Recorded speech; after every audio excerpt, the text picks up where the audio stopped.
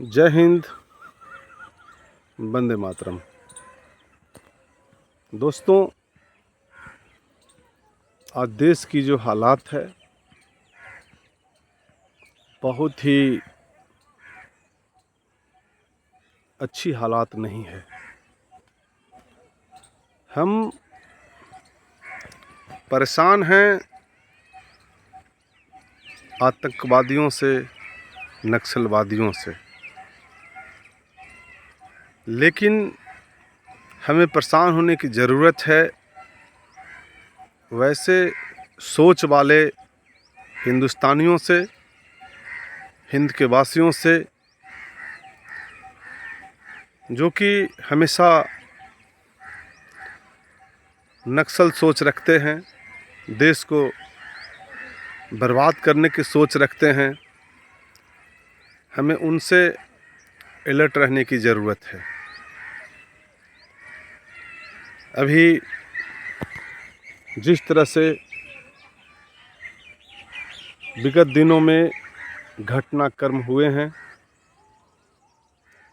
इससे साफ जाहिर होता है कि हमारा मुल्क और हमारे मुल्क के वासी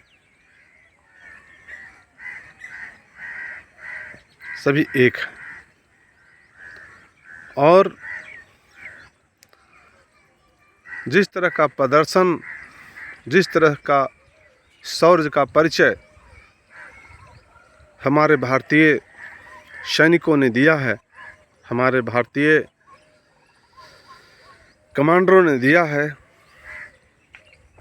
यह बहुत ही अच्छी बात है, बहुत ही अच्छी सोच है। लेकिन जिस तरह से सोशल मीडिया में कुछ नालायक लोग देश की एकता अखंडता पर कुठाराघात कर रहे हैं, यह सही नहीं है। सोचने वाली बात है कि हमारा देश अभी विकासशील है। हमारा देश का 3323 किलोमीटर बॉर्डर पाकिस्तान के साथ लगता है। सभी जगह बाड़बंदी है, लेकिन जब बर्फबारी होती है, तेज़ बारिश होती है, उन स्थितियों में जो हमारी बाड़बंदी है वो विखंडित हो जाती है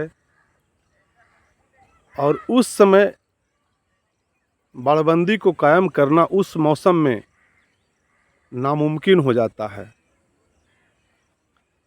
तो होता क्या है कि फिर हम मौसम का इंतज़ार करते हैं। जब अच्छा मौसम आता है तो हम फिर बाड़बंदी को दुरुस्त करने में लग जाते हैं।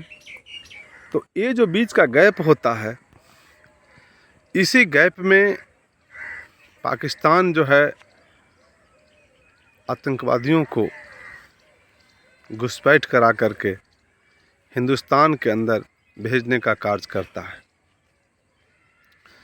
वो आतंकवादी जब आते हैं तो जो हमारे देश में कुछ छुपे हुए गद्दार हैं,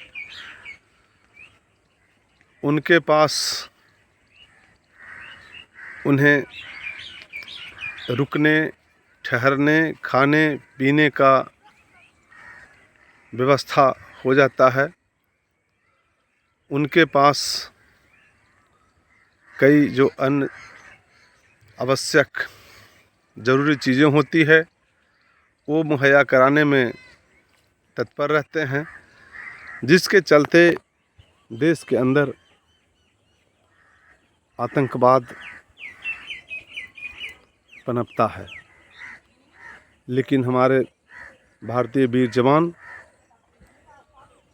चाहे वो जवान सीआरपीएफ के हों, बीएसएफ के हों, आईटीबीपी के हों, सेना के हों, पुलिस के हों, कहीं कभी भी कोई कसर नहीं छोड़ते हैं। इनको मिटाने के लिए हमेशा तत्पर रहते हैं। और हम हद तक कामयाबी भी हासिल करते हैं। मैं इतना ही कहूँगा कि जो हालात आज देश की है, इन हालातों में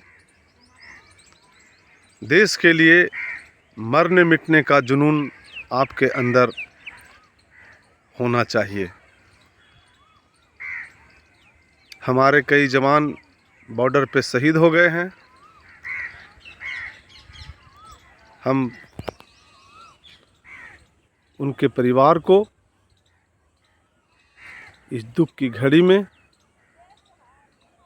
सांत्वना प्रदान करते हैं और प्रभु से, श्री रामचंद्र जी से, ईश्वर से आराधना करते हैं कि हे प्रभु, हमारे उन वीर जवानों के परिवारों को आप अपनी नज़रों से देखते रहें और हमारे जवान की जो आत्मा है उनको शांति प्रदान करें, अपने चरणों में स्थान दें। जय हिंद, वंदे मातरम। आपका बेटा, आपका भाई जयंत कमांडो, पूर्व सैनिक, पूर्व प्रत्याशी, घोसी विधानसभा।